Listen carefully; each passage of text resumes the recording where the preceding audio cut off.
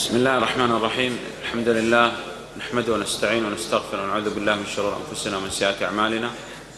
من يهده الله فلا مضل له ومن يضلل فلا هادي له، وأشهد أن لا إله إلا الله وحده لا شريك له،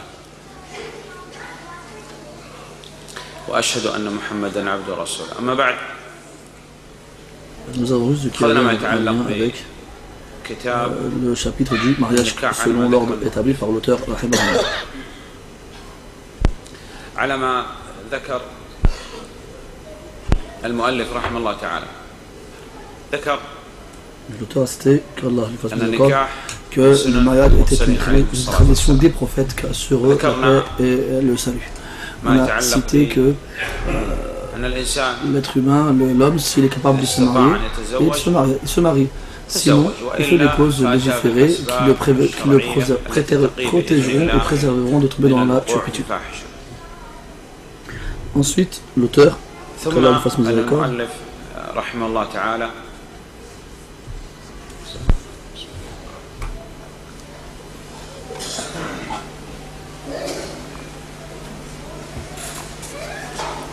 l'auteur, qu'Allah lui fasse miséricorde, a cité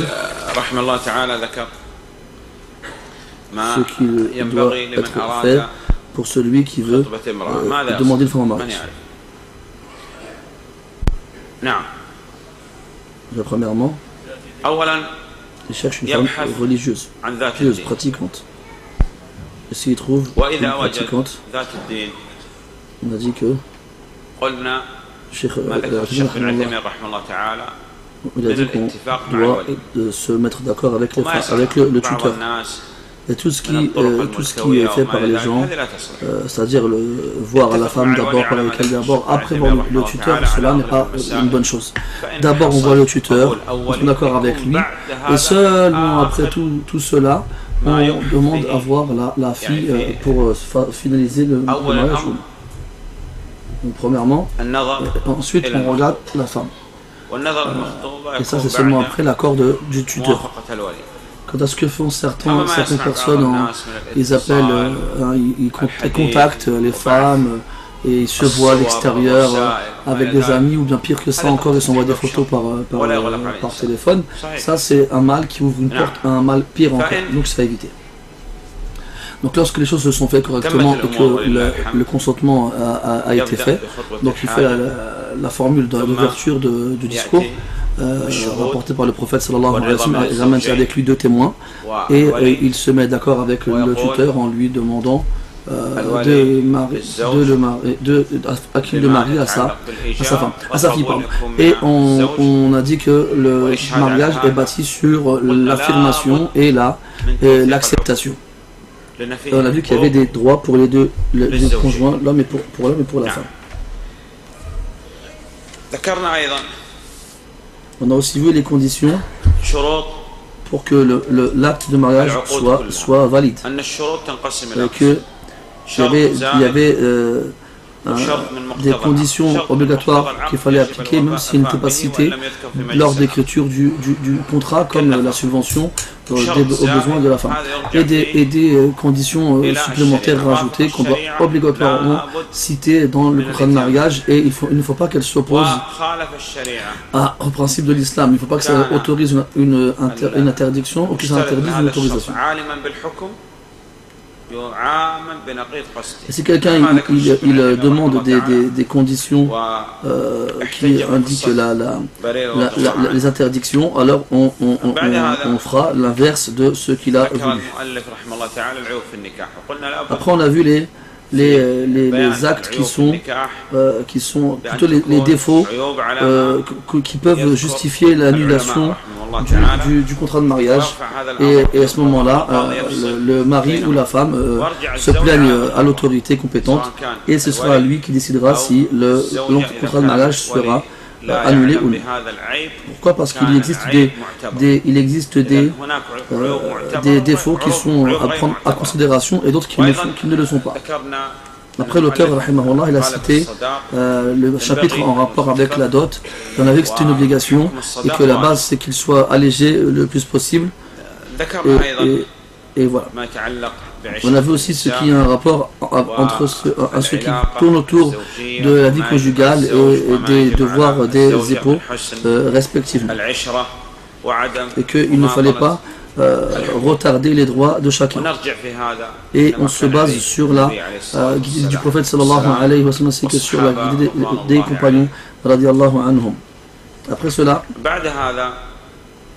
selon ce qu'on a cité, les auteurs, les savants font l'ordre des chapitres dans les livres de la jurisprudence en fonction du besoin.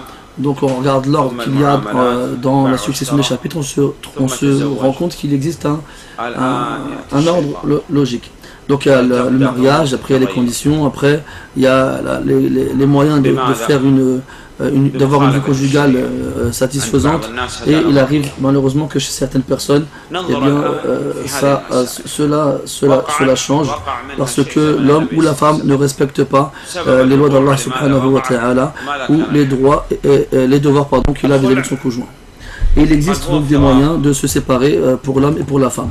Quand c'est pour la femme, on appelle ça al-khul'. Le khul', ça veut dire se déshabiller, parce que le mariage est comparé à un vêtement que l'homme met sur lui comme lorsqu'il se marie. Donc si la femme, elle ne peut plus supporter son mari, que ce soit physiquement ou dû à son comportement. Et elle a peur qu'à cause de cela, qu'elle ne puisse plus obéir à Allah subhanahu wa ta'ala. Et la preuve dans cela, c'est le hadith de Thabit ibn Qais ibn Shammas radiyallahu anhu, à qui le prophète sallallahu alayhi wa sallam a fait l'annonce, la bonne nouvelle du paradis. Et sa femme, elle est venue voir le prophète sallallahu alayhi wa sallam. Et regarde comment elle a formulé sa demande. Elle lui a dit: ô messager d'Allah, je n'ai aucun reproche à faire à Thabit au niveau de sa pratique religieuse, ni son comportement. Qu'est-ce qu'il a alors? Qu'est-ce qu'on veut après cela? Le prophète lui a annoncé le paradis. Un compagnon, Thabit ibn Qais, c'était même un orateur. Le prophète l'envoyait pour qu'il fasse des sermons chez les musulmans. Et Thabit, il se levait là où le prophète l'envoyait et il faisait des sermons. Et il avait une belle voix, une voix portante, et le prophète l'écoutait. Alors, son épouse, elle a dit: je n'ai aucun reproche à lui faire au niveau de sa pratique religieuse, ni de son comportement.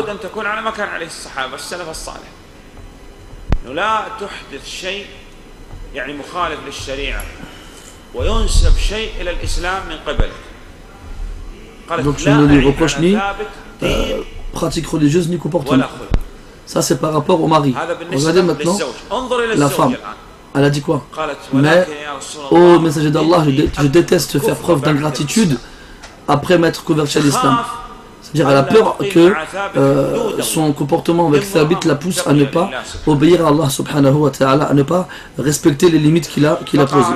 Alors le prophète sallallahu alayhi wa sallam lui a dit: est-ce que tu veux lui rendre son jardin? Parce que le jardin, c'était la dot qu'il lui avait offerte lorsqu'il s'est marié avec elle, et elle lui a rendu. Et aujourd'hui, regarde, pour n'importe quelle raison, la femme demande à son mari de la divorcer.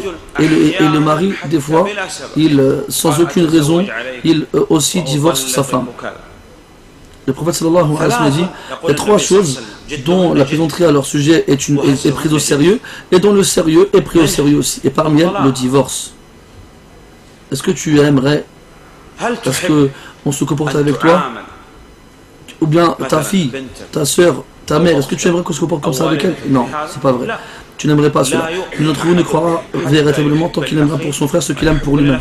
Et Allah dit dans le Coran: et comportez-vous avec elle de la façon la plus convenable. Et toi aussi, la femme musulmane, comporte-toi avec ton mari comme avec ce qui va rendre Allah satisfait subhanahu wa ta'ala, comme l'épouse de Thabit l'était. Nous savons que les ennemis de l'islam, ils ont voulu cela. Parce que les maisons à l'intérieur, ils n'avaient aucun accès à cela à l'intérieur des maisons des musulmans, alors quand ils savent que le conflit existe chez eux, et ils en sont contents. Et il y avait une femme chez les plus prédécesseurs qui a accompagné son mari jusqu'à la porte de leur maison alors qu'il se prêtait à sortir pour chercher la subsistance. Elle lui a dit: oh Abdallah, pars et crains Allah en nous, car certes nous patientons sur la faim, mais nous ne patienterons pas sur le feu de l'enfer.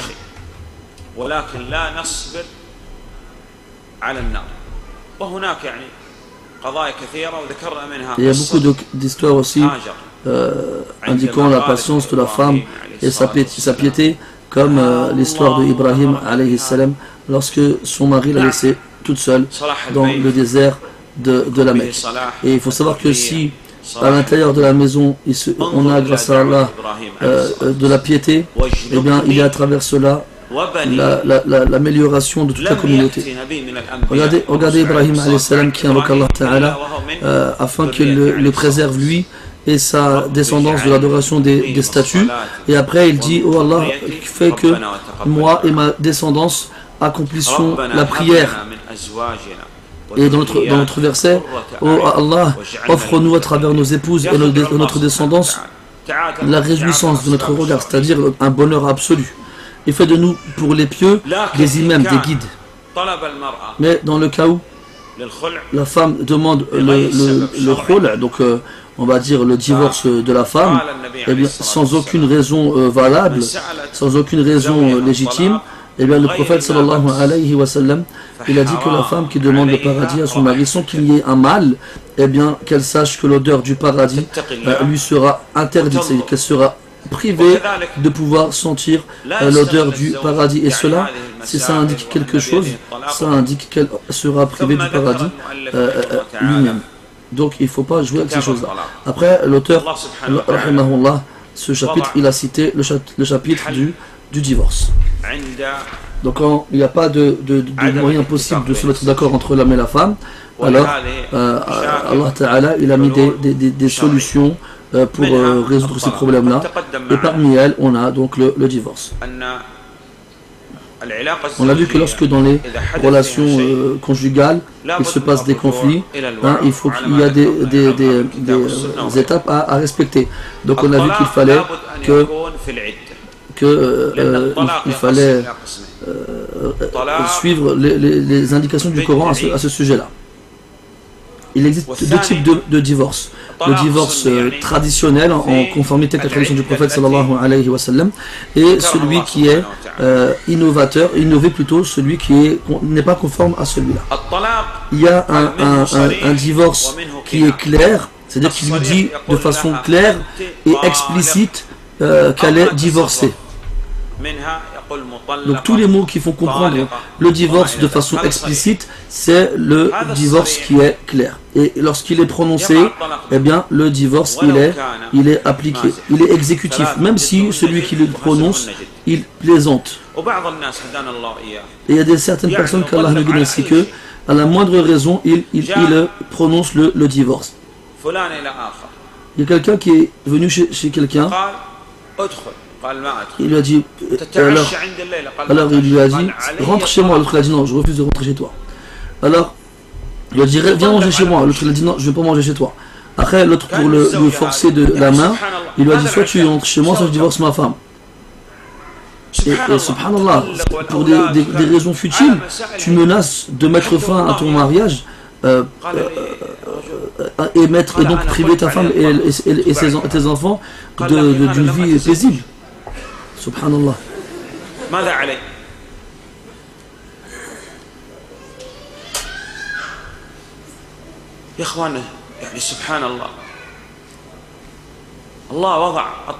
Si Allah Ta'ala, il a mis le mariage entre les mains du mari, c'est parce qu'il est plus raisonnable que sa femme. Ça ne veut pas dire que celle-ci n'est pas raisonnable, mais il fait preuve généralement, bien entendu, pas tout le temps, de plus de patience, de plus de clairvoyance que son épouse. C'est pour ça que c'est à lui. Et il va pouvoir s'abstenir de jouer avec ces choses-là. On sait que Omar, radiyallahu anhu, il prenait les gens au sérieux. Et il leur donnait l'exécution de des choses qu'il disait. C'est comme un homme, il a dit à sa femme, tu es divorcé autant de fois que les gens ils respirent sur terre. Et Omar, il prenait au sérieux ces phrases-là pour ne pas laisser les gens s'amuser avec le divorce. Et quand les gens ils prononcent le divorce et qu'on leur dit qu'il est exécutif, alors ils cherchent des fatwas pour se justifier et pour annuler leur prononciation de divorce. Et le divorce qui n'est pas explicite, c'est le fait de prononcer une phrase dont le sens n'est pas explicite. C'est-à-dire que ça peut vouloir dire le divorce, comme ça peut vouloir dire autre chose. C'est comme quelqu'un qui dit à sa femme, retourne chez tes parents. Hein? Donc là, on va regarder l'intention de la personne qui parle. Hein? C'est comme quelqu'un dont les parents, une femme dont les parents ne sont pas en bonne santé, et le mari lui dit va voir tes parents, retourne chez tes parents pour qu'elle aille visiter sa famille. À ce moment-là, donc ce ne sera pas exécutif parce qu'il n'avait pas l'intention, de la divorcer. Il y a une femme que le prophète avait posée alayhi salam, et que la nuit de noces, elle lui a dit A'udhu billahi mink, je me réfugie près d'Allah contre toi. Alors il lui a dit tu t'es réfugié contre quelqu'un d'immense, retourne chez les tiens. Et elle est rentrée chez elle avec l'intention, et il lui a dit ça dans l'intention de ce qu'elle a de la divorcer. Ou bien quelqu'un dit à sa femme, si demain c'est le mois du Ramadan, tu es divorcé.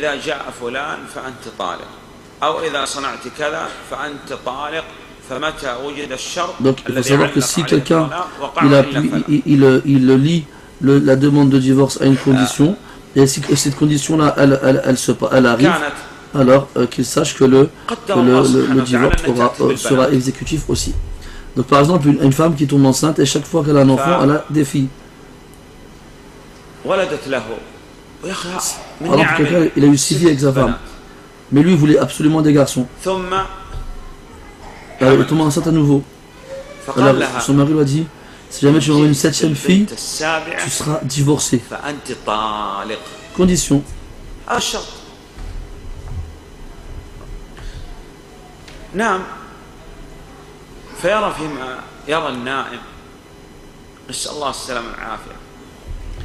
Alors cet homme-là, il est parti dormir, et quand il a dormi, il a rêvé que les gardiens de l'enfer l'ont pris pour l'emmener en enfer. Et lorsqu'il est arrivé à la première porte, la première fille, elle s'est mise devant la porte, elle a dit par Allah, tu rentreras pas par là. Il est arrivé à la deuxième porte, et la deuxième fille, elle n'a pas laissé rentrer. La troisième fille, elle n'a pas laissé rentrer. Jusqu'à la 7e porte, et seulement là, il est rentré, ils l'ont jeté en enfer. Et au réveil, il est parti voir sa femme, il lui a dit par Allah, si jamais tu me ramènes un garçon, t'es divorcé. Elle avait changé d'avis. Et le jour de la naissance, il attendait donc à la sortie, et l'infirmière, elle est venue le voir, elle a dit c'est une fille, et il était content. Allah dit dans le Coran, c'est lui qui vous a créé à partir d'une seule âme, et qui a créé à partir d'elle son épouse, afin qu'il s'apaise auprès d'elle. Et cet apaisement, c'est l'apaisement physique et l'apaisement de l'excitation du désir sexuel. Donc ça prête sa femme qui peut s'apaiser spirituellement et physiquement.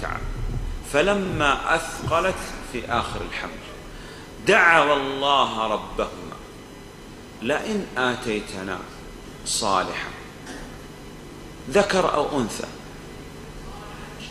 لئن آتيتنا صالحا لنكونن من الشاكرين فلما آتاهما صالحا. Dans le verset de l'Araf, Allah Ta'ala parle de ces gens qui, lorsque leur femme attend un enfant, ils invoquent Allah afin que cet enfant-là il naisse en bonne santé. Et lorsque Allah il leur donne un enfant en bonne santé, alors qu'ils les voici à nouveau qu'ils sont associateurs. Et ils n'ont pas su faire preuve de gratitude à l'égard de leur créateur. Donc il faut faire preuve de gratitude envers Allah subhanahu wa ta'ala.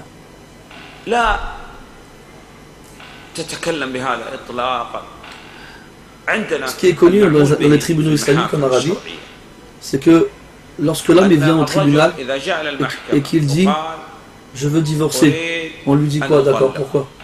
Donnez-lui un rendez-vous. On lui donne le rendez-vous le plus tard possible, après 4 mois par exemple. Pourquoi? Afin qu'il ne revienne pas. Comme ça, après une telle période, eh bien, il a changé d'avis et puis il est passé à autre chose. Quand il veut se marier, on lui demande, et qu'il demande un rendez-vous, on lui donne le plus vite possible, soit le jour même ou bien soit dans la semaine. Il n'y a personne chez nous, ça c'est ce qui est connu, c'est que les savants ils n'émettent pas d'avis juridique concernant le divorce. Écoute les grands savants, comme Cheikh Al-Fawzan, quand on lui pose des questions sur le divorce, il dit reviens au Mufti, reviens au comité permanent des savants. Et tu entends aujourd'hui qu'Allah nous guide ainsi qu'eux, ils se permettent de répondre dans les questions de divorce, sans aucun problème. Donc il y a 2 types de divorce, en plus du type qu'on a précédemment. Il y a le divorce dans lequel il n'est plus possible de récupérer sa femme tant qu'elle n'a pas été épousée à un autre homme avec lequel elle va consommer le mariage et qui la divorcera. Donc l'homme libre, il a le droit à 3 fois, à 3 divorces, et pas plus.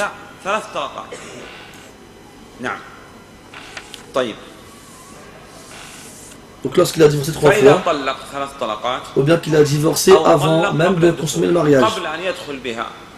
Donc le contrat a eu lieu, mais il n'a pas consommé. Et il l'a divorcé. Alors à ce moment-là, elle a le droit de se remarier sans aucun problème. Ou bien que le mariage n'était pas bon. Ils ont fait un contrat de mariage, mais après que le contrat a été fait, il a remarqué que il était son frère de lait. Donc il est en fait, donc à ce moment-là, le contrat va s'annuler directement. Quant au divorce dans lequel on peut récupérer sa femme, tant qu'elle est dans la période de viduité, il peut la récupérer. Donc il n'a pas encore divorcé 3 fois. Et tant qu'elle est encore dans la période de viduité, il peut la récupérer. Donc elle est chez elle quand on la divorce, et on n'a pas le droit de l'exclure, de l'expulser de la maison. Il y a certains hommes qui lorsqu'ils divorcent leur femme, ils les expulsent de la maison. On trouve des problèmes dans toutes les parties de la société aujourd'hui, chez l'homme, chez la femme, chez les parents de l'homme, chez les parents de la femme, et c'est quelque chose de vraiment étonnant. Tu sais que les personnes âgées, généralement, la plupart du temps, ils conseillent l'homme ou la femme de patienter, de ne pas divorcer. Avant, la femme était en colère, elle retournait chez ses parents lui disaient non. Moi, je dis aux gens que tu te mariais le jour du mariage, et je vais être interrogé devant Allah le jour du jugement. Il n'est pas possible que tu viennes chez moi avant que ton mari il ne meure. Donc ne viens pas, retourne chez ton mari.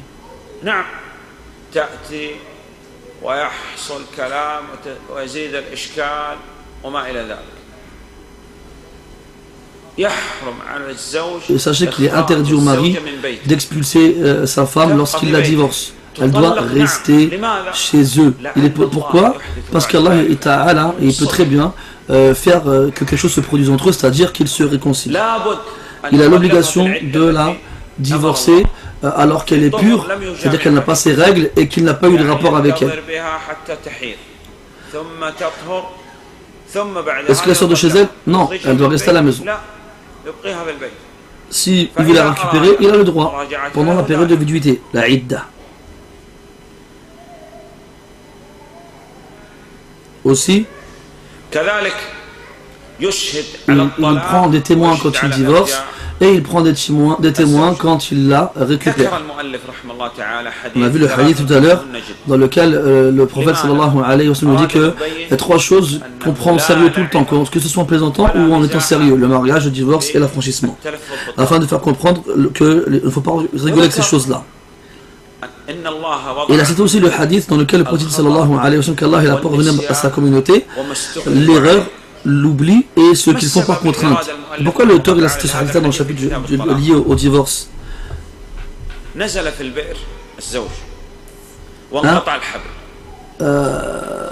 il descend dans un puits et et la corde s'est coupée et sa femme elle est au-dessus. Elle dit: tu veux que je te monte? tu veux que je te fasse remonter? Il lui dit oui. Et elle lui dit non, je ne te montrerai pas tant que tu n'auras pas divorcé.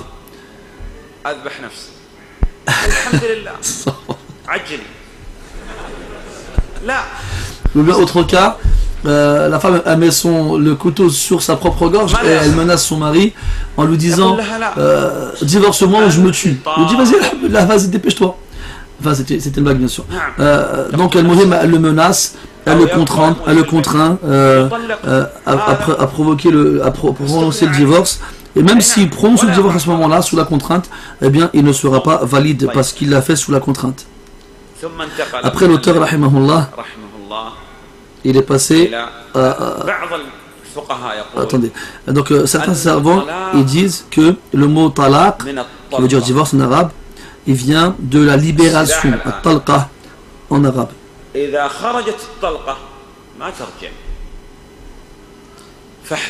Donc fais attention à la libération, parce que quand on libère quelqu'un, généralement, il ne revient pas.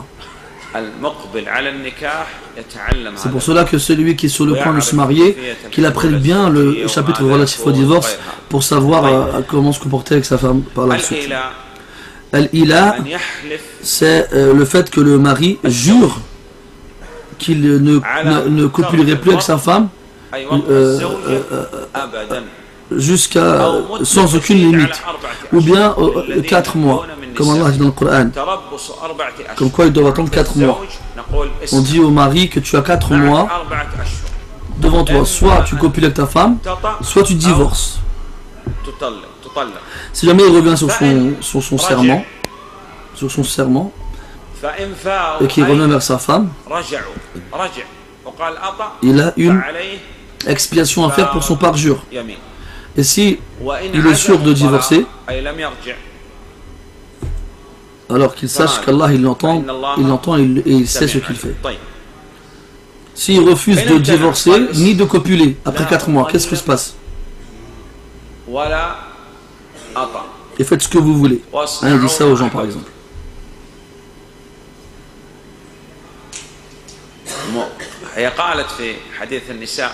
Dans un hadith, une femme a dit, en parlant de son mari, si je parle, il me divorce, et si je me tais, il m'ignore. Après on a al-dhihar, qui consiste à ce que le mari dise à sa femme, tu es pour moi comme le dos de ma mère, c'est-à-dire qu'il se l'interdit comme sa mère elle lui a interdite.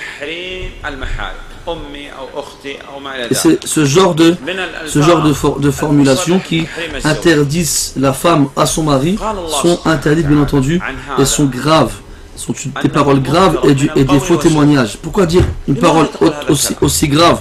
C'est un faux témoignage et c'est gravissime de parler ainsi. La femme ne sera pas interdite à son mari par cette phrase-là, mais en guise de punition, elle lui est interdite dans la copulation tant qu'il il s'est pas expié de cette erreur-là. D'abord, il doit. Quelle est l'expiation? C'est d'affranchir un esclave. S'il ne trouve pas, alors il doit jeûner 2 mois consécutifs. Et s'il ne peut pas, alors il doit nourrir 60 pauvres.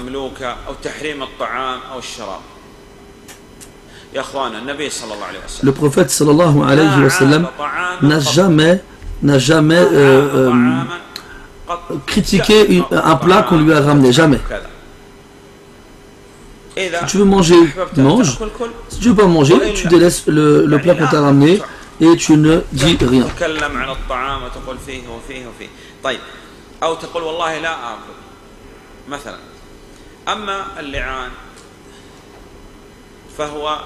Après on a al-li'an, qui consiste à ce que l'homme accuse sa femme d'avoir forniqué, qu'Allah nous épargne de ces choses-là. Donc il faut savoir une chose, que si quelqu'un il accuse une autre personne d'avoir forniqué, que ce soit un homme ou une femme, que soit il ramène 4 témoins. Donc on dira ici au mari de ramener avec lui 3 autres témoins. Ou sinon on le fouette. C'est ce qu'on appelle l'accusation portée sans témoignage. Si le mari ne peut pas ramener de témoins, on le dit, tu dois alors faire la malédiction. Si jamais il refuse de faire cela, on le ramène au gouverneur et on applique sur lui la peine, c'est-à-dire qu'on va le fouetter. Et si jamais il accepte de faire la malédiction mutuelle, en quoi ça consiste? On lui demande de faire 4 attestations de foi, donc 4 fois il dit la ilaha illallah, la ilaha illallah, la ilaha illallah, la ilaha illallah, comme quoi elle a forniqué pour de vrai. Et au bout de la 5e, il doit invoquer la malédiction d'Allah Ta'ala sur lui s'il fait partie des menteurs. Ensuite, soit elle reconnaît qu'elle a forniqué, ou bien elle, à son tour, elle maudit. Si jamais elle refuse de maudire, eh bien qu'est-ce qu'on fait? On applique sur elle la peine.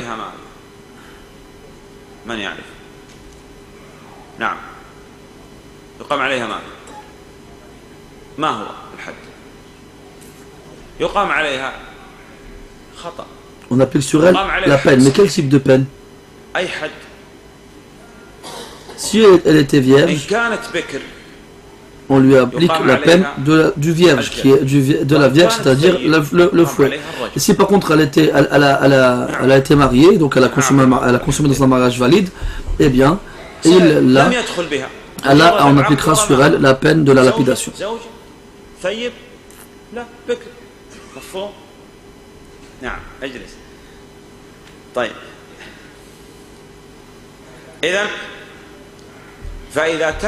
Donc elle aussi, elle fait comme son mari, elle fait 4 témoignages de foi comme quoi c'est un menteur, et au bout de la 5e, elle invoque la colère d'Allah sur elle si c'est lui s'il dit la vérité. Donc à ce moment-là, s'ils ne se mettent pas d'accord, donc on n'applique pas la peine sur l'un d'entre eux, on applique la peine sur aucun d'entre eux, et après obligatoirement on doit les séparer, et ils ont l'interdiction de se remettre ensemble jusqu'à la mort. Donc après ce chapitre-là, l'auteur rahimallah va citer le chapitre en rapport avec les périodes de viduité. Combien de temps la femme doit patienter après avoir été divorcée pour pouvoir se marier à nouveau. Il y a aussi le sujet de l'istibras qui consiste à purifier l'utérus de la femme de la semence de son mari après qu'elle ait été divorcée. Et ça on le verra dans le chapitre prochain, Inch'Allah.